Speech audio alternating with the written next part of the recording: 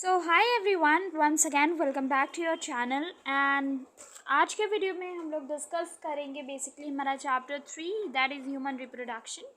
हमने already discussion किया है इस चैप्टर का, हमने एक कॉन्सेप्ट वीडियो टाइटल देखा है and one thing that we have done is a little introduction about male reproductive system. ठीक है, तो आइए हम लोग आज से हमारा आगे का कंटिन्यू करते हैं चैप्टर, बिकॉज चैप्टर बहुत इंपॉर्टेंट है। ठीक है, तो एक बार ओवरव्यू देखते हैं। हमारा ओवरव्यू का सेक्शन है, तो उसमें हमें पता है कि जो हमारा मेल रिप्रोडक्टिव सिस्टम है वो कहाँ पर लोकेटेड होता है। It is located in pelvic region. Pelvic region क्या होता है?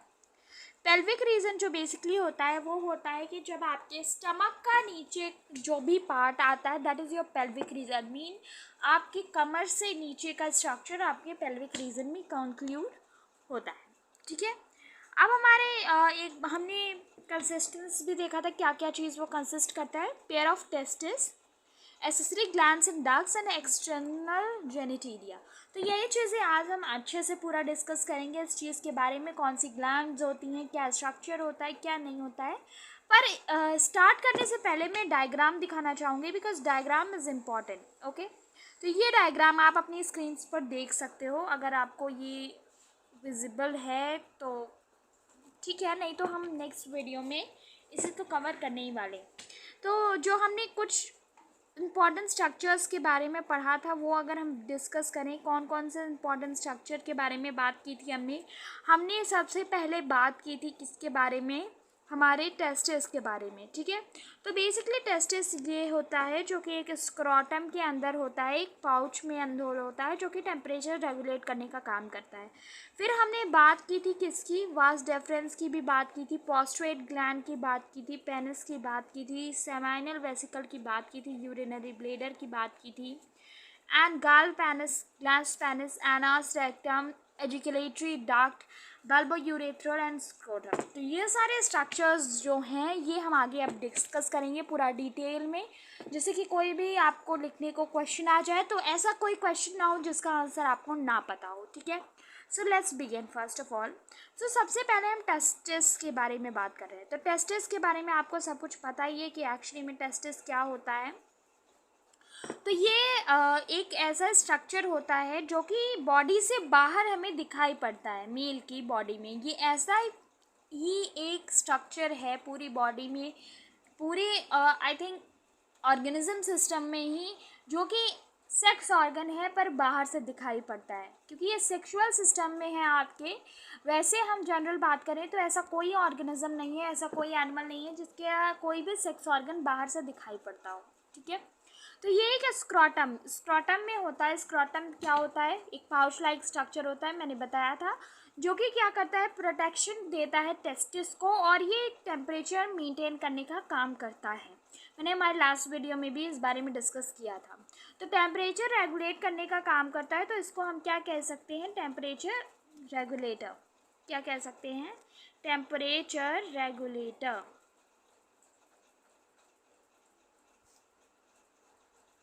ठीक है, रेगुलेटर आप समझ रहे होगे कि रेगुलेटर कहाँ पर होता है, जो हमारी किचन गैसेस होती हैं, सिलेंडर्स, उनमें रेगुलेटर लगाया जाता है। तो रेगुलेटर मतलब कि जो चीज़ों को रेगुलेट करे, जो कैरी आउट करे। तो स्क्रोटम क्या होता है बेसिकली कि टेम्परेचर को मेंटेन करता है। क्या करता है कि जितना बाहर टेम्परेचर है, अगर x डिग्री टेम्परेचर बाहर है आपका, तो वो जो टेस्टिस है वो उसका टेम्परेचर इस x डिग्री से 2-3 डिग्री कम कर देता है, 3 डिग्री कम कर देता है। ठीक है, तो इससे क्या होता है कि जो स्पर्म होते हैं वो हाई टेम्परेचर पर डेड हो जाते हैं।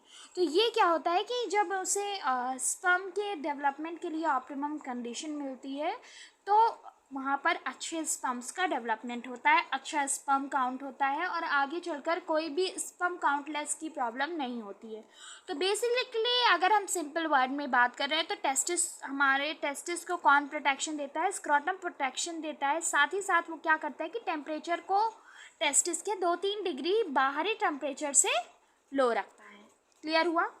आते हम बढ़ते हैं कि ये अगर लेंथ और साइज़ की बात करें तो अबाउट 4 to 5 सेंटीमीटर लेंथ में होती है और 2 to 3 सेंटीमीटर विड्थ में होती है। ठीक है, और इसमें हमारे 250 कंपार्टमेंट्स होते हैं जिन्हें हम टेस्टिकुलर लोब्यूल्स कहते हैं। मतलब कि स्ट्रक्चर आपको समझना पड़ेगा। एक आप अपने दिमाग में इमेज बनाते जाया करो। इसमें हम कह रहे हैं 4 से 5 सेंटीमीटर लेंथ होती है उसकी, और 2 से 3 सेंटीमीटर विड्थ होती है, मतलब ऑलमोस्ट इस ओवल शेप का स्ट्रक्चर होता है।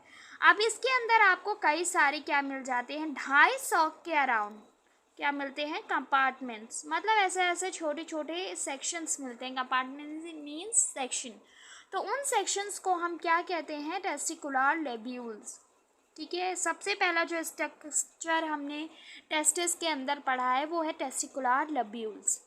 ठीक है, अब इन टेस्टिकुलर लोब्यूल्स हम क्या देते हैं, ऐसा स्ट्रक्चर होता है, ये टेस्टिकुलर लोब्यूल्स हैं आपके, कंपार्टमेंट लाइक स्ट्रक्चर। ठीक, अब हम पढ़ रहे हैं कि इन टेस्टिकुलर लोब्यूल्स के अंदर भी हमारे एक स्ट्रक्चर होते हैं जिनको हम क्या कहते हैं, सेमिनिफेरस ट्यूब्यूल्स। मतलब हम ऐसे कह सकते हैं कि ये सेमिनिफेरस ट्यूब्यूल्स होते हैं। मतलब सबसे पहली चीज़ जो आपको क्लियर रखनी है, हम सीक्वेंस वाइज पढ़ेंगे। हमने टेस्टिस में देखा कि 250 कंपार्टमेंट होते हैं, तो उन्हें हम कहते हैं टेस्टिकुलर लोब्यूल। फिर हम टेस्टिकुलर लोब्यूल से आए कि टेस्टिकुलर लोब्यूल के अंदर क्या होता है, सेमिनिफेरस ट्यूब्यूल्स। ठीक है, क्या, सेमिनिफेरस ट्यूब्यूल्स। तो जो सेमिनिफेरस ट्यूब्यूल्स होती हैं, यही होती हैं स्पर्म फॉर्मेशन की साइट, मतलब यही साइट होती है जहाँ पर स्पर्म बनता है। ठीक है, अब इन सेमिनिफेरस ट्यूब्यूल्स के अंदर हमारी 2 टाइप की सेल्स होती हैं। कौन कौन सी 2 टाइप्स की सेल्स होती हैं, पहली होती है जर्म सेल। ठीक है, जर्म सेल होती हैं जो कि हमारा क्या करती है, मियोसिस से स्पर्म बनाती हैं। जर्म सेल, कौन सी सेल, जर्म सेल, जो कि हमारा मियोसिस होता है और उनमें स्पर्म बनाती है। स्पर्म हमें पता है, मियोसिस मतलब रिडक्शनल डिवीजन, मतलब n नंबर ऑफ क्रोमोसोम होता है किसके अंदर, स्पर्म के अंदर। तो n number of chromosome sperm के अंदर हो गया और n नंबर ऑफ क्रोमोसोम ओवा के अंदर हो गया, तो n+n मिलाकर क्या बन गया, 2n, जो कि एक क्रोमोसोम नंबर है ह्यूमन स्ट्रक्चर में, यानी ह्यूमन बॉडी में। क्लियर हुआ। फिर हम आते हैं जो दूसरी सेल्स होती हैं, जो दूसरे टाइप की सेल प्रेजेंट है वो होती हैं सर्टोली सेल्स। सर्टोली सेल्स क्या करती हैं, बेसिकली सर्टोली सेल का फंक्शन है कि वो नरिशमेंट प्रोवाइड करती है किसको, जर्म सेल को। जर्म सेल यानी कि अगर हम थॉट में बोल रहे हैं तो हमारे स्पर्म को नरिशमेंट प्रोवाइड करने का काम करती है। क्लियर हुआ। और अगर हम इसके बाद बाहर की तरफ आते हैं तो region outside seminiferous tubule is called interstitial space. मतलब अगर हम इसको थोड़ा सा हम समझना चाहें, हमने समझा था कि ये हमारे कंपार्टमेंट्स होते हैं टेस्टिकुलर लोब्यूल्स। ठीक है, इन टेस्टिकुलर लोब्यूल्स के अंदर हमारे क्या होते हैं, स्मॉल कंपार्टमेंट्स होते हैं जिन्हें हम कहते हैं क्या, सेमिनिफेरस ट्यूब्यूल्स। अब इन सेमिनिफेरस ट्यूब्यूल्स में भी अंदर हमारे क्या मिलती हैं, हमें मिलती हैं यहाँ पर सर्टोली सेल्स और जर्म सेल्स। तो ये येलो वाली आपकी सर्टोली सेल्स हैं और एक डिफरेंट कलर यूज़ करते हैं जिससे कन्फ्यूजन ना हो, ये रेड वाली आपकी जर्म सेल्स हैं। ठीक है, तो मतलब सर्टोली सेल्स और जर्म सेल्स होती हैं। तो जर्म सेल से हमारा क्या बन जाता है, स्पर्म बन जाता है, और सर्टोली सेल से हमारा क्या बनता है, न्यूट्रिशियस प्रोडक्शन होता है जो कि स्पर्म में मिलता है। अब हम कह रहे हैं कि हम बाहर गए, सेमिनिफेरस ट्यूब्यूल्स के बाहर चले गए, मतलब अभी भी हम इन बॉक्स में हैं, मतलब हम इसी टेस्टिकुलर लोब्यूल के अंदर हैं, पर अभी हम किससे बाहर चले गए हैं, अभी हम बाहर हुए हैं सेमिनिफेरस ट्यूब्यूल से। मतलब हम इस स्ट्रक्चर से बाहर चले गए हैं इस तरीके से। ठीक है, तो इनके बाहर जो सेल्स होती हैं उन्हें हम कहते हैं लेडिक सेल्स। कौन सी सेल्स, लेडिक सेल्स। ठीक, तो लेडिक सेल्स क्या करती हैं, बेसिकली लेडिक सेल का फंक्शन होता है कि वो एंड्रोजन्स को बनाती हैं। एंड्रोजन्स क्या होते हैं, सेक्स हार्मोन्स होते हैं। मतलब मेल में कौन सा सेक्स हार्मोन होता है, मेल में सेक्स हार्मोन होता है टेस्टोस्टेरोन। क्या होता है, टेस्टोस्टेरोन। क्लियर हुआ। तो मतलब कि जो लेडिक सेल्स है वो आपकी टेस्टोस्टेरोन प्रोडक्शन करता है। साफ समझो, ज़्यादा कुछ कॉम्प्लिकेशन नहीं करना है हमें। टेस्टोस्टेरोन क्या बनाता, लेडिक सेल्स क्या बनाती हैं, टेस्टोस्टेरोन बनाती हैं। क्लियर हुआ। अब हम आते हैं हमारे accessory ducts and glands. Accessory का मतलब मैंने समझाया था क्या होता है। एसेसरी का मतलब बेसिकली होता है कि जो हमारी मेन से दूसरी सेल्स होती हैं, मतलब एक मेन होता है वर्ड और एक होता है एसेसरी। मतलब मेन को जो कंपनसेट करती हैं या फिर जो मेन के सपोर्ट में रहती है उन्हें हम कहते हैं एसेसरी डक्ट्स और ग्लैंड्स। ठीक है, तो जो डक्ट्स होती है वो रेटिटेस्टिस होती है, vasa efferentia, epididymis and vas deferens. मतलब जो डक्ट्स हैं वो हमारे पास 4 टाइप्स की हैं। ठीक है, मेल में 4 है। पहली है rete testis, then we have vasa efferentia, we have next epididymis and last one is vasa deferens. हमने पढ़ा है किसके बारे में, सबसे ज़्यादा जो हमें कॉमनली पढ़ाया गया है वो हमें पढ़ाया गया है वास डेफरेंस के बारे में। ठीक है, वास डेफरेंस के बारे में। तो हम और जो तीनों हैं उनके बारे में भी अच्छे से डिस्कस करेंगे क्योंकि now you are in class 12। ठीक है, तो सेमिनिफेरस ट्यूब्यूल्स से रिलेटेड जो भी क्वेश्चन है वो क्या होता है कि जो सेमिनिफेरस ट्यूब्यूल्स होते हैं वो कहाँ खुलते हैं, वासा एफरेंशिया में आपके जाकर ओपन होते हैं। मतलब हम समझ लेते हैं, एक स्ट्रक्चर बना लेते हैं अपने दिमाग में कि कैसे हमें इसे समझना है, क्योंकि समझना है आप ही को, और आप अच्छे से नहीं समझोगे तो फिर बाद में आगे चलकर कन्फ्यूजन होगी। हमने कहा था कि ये हमारा सेमिनिफेरस ट्यूब्यूल्स हैं। ठीक है, ये हम सेमिनिफेरस ट्यूब्यूल्स हैं।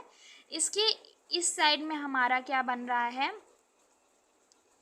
एग बन रहा है, मतलब कि यहाँ पर जर्म सेल है, और वहीं दूसरी साइड पे हमारा क्या बनेगा, सर्टोली सेल्स हैं। ठीक, ये हमने समझ लिया है। अब हमें जो समझना है कि ये जो सेमिनिफेरस ट्यूब्यूल हैं वो एक किसी डक्ट के थ्रू जाती हैं, कहाँ पर, एफरेंशिया में। मतलब यहाँ से कोई डक्ट होगी जो ऐसे है, वो यहाँ पर जाकर कहाँ पर चली जाएगी, वासा एफरेंशिया पे। मान लेते हैं कोई सर्कुलर स्ट्रक्चर है। ठीक, क्लियर हुआ मैं क्या समझाना चाह रही हूँ, क्या मैं बोलना चाह रही हूँ आपको, कि मान लेते हैं ये हमारे पास एक वास है। ठीक है, ये हम कह देते हैं ये एक वास है, इसके अंदर हमने कुछ सब्सटेंस भर के रखा है, और हमारे पास अभी यहाँ पर क्या है कि ये एक दूसरा स्ट्रक्चर है।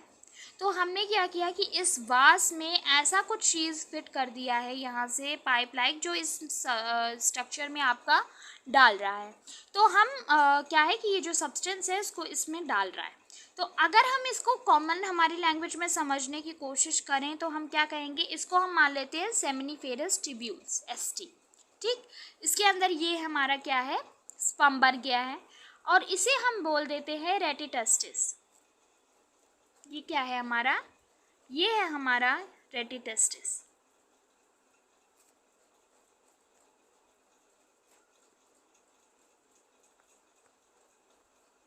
ठीक, तो मतलब कि सेमिनिफेरस ट्यूब्यूल में एक पाइप लगा होता है जिसके थ्रू हमारे जो स्पर्म्स है वो यहाँ पर किस में पहुँच जाते हैं, वासा एफरेंशिया में। अब अगर हम इसको हटा दें, ये वाला जो हमने देखा है पूरा स्ट्रक्चर, अगर हम इसके थ्रू समझने की कोशिश करें तो आप समझ में अब आ गया होगा मैं क्या समझाना चाह रही हूँ। समझ में आया है ना कि ये हमारा सेमिनिफेरस ट्यूब्यूल्स है, ST हैं ये दोनों। ठीक, यहाँ से ये रेटिटेस्टिस है, RT। इस रेटिटेस्टिस के थ्रू यहाँ पर कनेक्शन किससे हो जाता है, वासा एफरेंशिया से। ठीक है, मतलब सेमिनिफेरस ट्यूब्यूल से रेटिटेस्टिस के थ्रू वासा एफरेंशिया जुड़ा होता है। क्लियर हुआ? ओके, आगे वाले पॉइंट पर चलते हैं जो कह रहा है कि vasa efferentia opens into epidermis which leads to vas deferens. The vas deferens opens into urethra along with a duct of semivesicle called ejaculatory duct. अब इसको हमें समझना है। मैं अब आपको पूरा डायग्राम ड्रॉ करूँगी, एक रफली, मैं पूरा स्ट्रक्चर नहीं बता रही हूँ, मैं बस आपको स्मॉल चीज़ें बताने की कोशिश करूँगी जिससे आपको क्लियर हो। ठीक है, ठीक है। अब हम देखते हैं, हमने सबसे पहले सेमिनिफेरस ट्यूब्यूल्स की बात की। ठीक है, हम क्या देते हैं, ये हैं सेमिनिफेरस ट्यूब्यूल्स। यहाँ से एक पाइप निकलती है जो हमें कहाँ पर पहुँचाती है, हमारी बॉडी के, मेल बॉडी के स्ट्रक्चर पर। कौन सा स्ट्रक्चर यहाँ पर प्रेजेंट है, आपको पता है कौन सा स्ट्रक्चर प्रेजेंट है, ये प्रेजेंट है हमारा वासा एफरेंशिया। ठीक, अब ये वासा एफरेंशिया भी जुड़ा होता है किससे, एपिडिडमिस से। ठीक, और एपिडर्मिस आपका जुड़ा होता है किससे जुड़ा होता है? हमारे वास डिफरेंस। अब हम इसे समझने की कोशिश करते हैं। मैं इसको आपके लिए थोड़ा कलरफुल बना देती हूँ जिससे आपको याद करने में इजी होगा, ठीक है। ओके, डिफरेंट कलर से ऐसे ही डायग्राम्स आप भी यूज़ किया करो, क्योंकि जब कोई चीज़ ब्लैक एंड वाइट आपके दिमाग में ज़्यादा दिन तक नहीं रहती है, तो आप कलरफुल चीज़ें बनाने की कोशिश किया करो, सो दैट आपको जल्दी और ज़्यादा याद रहे, ठीक है।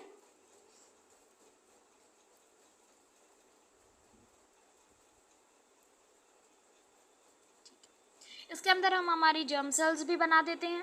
तो ये हमारी क्या है? मेल जर्म सेल है, और इसके बगल में हमें क्या मिलता है? सर्टोली सेल्स, ठीक है। अब समझते हैं इसे। ये समझना आपके लिए बहुत ज़रूरी है कि क्या किस चीज़ से कनेक्शन है, ठीक है। तो मैं यही रिक्वेस्ट करूँगी, बी फोकस्ड, मेरे एक एक वर्ड को ध्यान से सुनिए। ये आपका है सेमिनिफेरस ट्यूब्यूल। क्या है? सेमिनिफेरस ट्यूब्यूल, ठीक है। अब ये सेमिनिफेरस ट्यूब्यूल रेटिटेस्टिस के थ्रू जुड़ा होता है किससे? वासा एफ्रेंशिया से, ठीक। फिर वासा एफ्रेंशिया आपका जुड़ा होता है एपिडिडमिस से, ठीक। एपिडिडमिस आपका जुड़ा होता है किससे? वास डेफरेंस से। क्लियर हुआ? मतलब आपका पूरा कनेक्शन होता है जो कि जुड़ा है एक दूसरे से और इंटरलिंक्ड है, राइट? एक दूसरे से इंटरलिंक्ड है। क्लियर हुआ? फिर आगे की बात, तो जो हमारा वास डिफरेंस होता है फिर वो आगे जाके ओपन हो जाता है किसमें? यूरेथ्रा में, एक डक्ट के थ्रू, जिसे हम सेमिनी वेसिकल से एक डक्ट निकलती है, उसे इजैकुलेटरी डक्ट कहते हैं। मतलब कि आपके वास डिफरेंस जो है वो यूरेथ्रा के थ्रू इजैकुलेटरी डक्ट के साथ यूरेथ्रा तक पहुंच जाता है। क्लियर हुआ? आगे बढ़ते हैं। आगे बढ़ने पे हमें इजैकुलेटरी डक्ट्स को बताना है। तो जो सबसे इम्पॉर्टेंट स्ट्रक्चर होता है वो इजैकुलेटरी डक्ट्स ही होती हैं चिल्ड्रन, क्योंकि ये आपके स्पर्म को स्टोर करती हैं, और जब आपको इमैस्कुलेशन के थ्रू आपके स्पर्म को बाहर इन्वायरमेंट में पहुंचाती हैं। मतलब अगर पूरे होल रिप्रोडक्टिव सिस्टम का, यानी मेल रिप्रोडक्टिव सिस्टम का सबसे इम्पॉर्टेंट स्ट्रक्चर की बात करें तो दो स्ट्रक्चर हैं। पहला है टेस्टिस का सेमिनिफेरस ट्यूब्यूल, जहाँ पर आपका स्पर्म बन रहा है, और सेकेंड है इजैकुलेटरी डक्ट, जहाँ पर आपका स्पर्म स्टोर और ट्रांसपोर्टेशन का प्रोसेस किया जाता है। क्लियर हुआ? और जो यूरेथ्रा है वो हमारी यूरिनरी ब्लेडर से स्टार्ट होती है और पेनिस तक जाती है, राइट। और यूरेथ्रल मेटस के थ्रू ओपन पोर होता है आपके पेनिस में, जो ओपन स्ट्रक्चर होता है पॉइंट, उसे हम यूरेथ्रल मेटियस कहते हैं, ठीक है। तो वहाँ तक ये पूरा आपका स्ट्रक्चर जाता है। यूरेथ्रा यूरिनरी ब्लेडर और पेनिस के साथ कनेक्टेड होता है इजैकुलेटरी डक्ट से। मतलब urethra plus ejaculatory duct plus urinary bladder is equal to connection with penis. Clear हुआ? एसेसरी ग्लैंड्स की बात करते हैं। एसेसरी ग्लैंड में आपको 3 ग्लैंड्स के बारे में पढ़ना है। मेल में 3 ग्लैंड्स बहुत इंपॉर्टेंट है। पहली है सेमाइनल वेसिकल, दूसरी है प्रोस्टेट ग्लैंड, और तीसरी है बर्बोयूरेथ्रल ग्लैंड, ठीक है। अब सेमिनिफेरस जो है आपका सेमाइनल वेसिकल क्या करती है कि एक सेमाइनल प्लाज्मा का सिक्रीशन करती है, जो कि न्यूट्रिशन और मीडियम ऑफ मोबिलिटी प्रोवाइड करता है स्पर्म। मतलब कि जो सेमाइनल वेसिकल है वो न्यूट्रिशन प्रोवाइड करती है, फूड प्रोवाइड करता है, इन आवर कॉमन लैंग्वेज कि फूड प्रोवाइड करता है किसको? स्पर्म को। और जो फूड प्रोवाइड करता है, तो वो फूड जो प्रोवाइड करता है वो एक प्लाज्मा के फॉर्म में होता है, जिसको हम सेमाइनल प्लाज्मा बोलते हैं। उसके बाद जो इसका सेकेंड फंक्शन है वो ये है कि ये मीडियम प्रोवाइड करता है for sperm to move, motility के लिए मीडियम प्रोवाइड करता है। तो सेमाइनल वेसिकल आपको क्लियर हो गया कि क्या फंक्शन है? 2 फंक्शन है। एक है सेमाइनल प्लाज्मा बनाना न्यूट्रिशन के लिए, और सेकेंड है मीडियम प्रोवाइड करना किसके लिए? मोटेलिटी के लिए, ठीक है। प्रोस्टेट एंड बर्बोयूरेथ्रल ग्लैंड का मैं आपको तब बताऊंगी अच्छे से एक्सप्लेनेशन जब हम डायग्राम डिस्कशन करेंगे, राइट। तो I guess this all is clear, and if you have any confusion you can comment down in the comment section. मैं आपके पर्सनली सारे कमेंट्स चेक करती हूँ, and I will definitely solve your problems हाँ, मैं ये कह सकती हूँ कि थोड़ा टाइम लग सकता है, but you will definitely be getting your doubts answer, right? So share with your friends and do subscribe to the channel and stay tuned for the next video also, children, because the next part is going to be very interesting, because we will be talking about the female reproductive system along with the diagram of male reproductive system.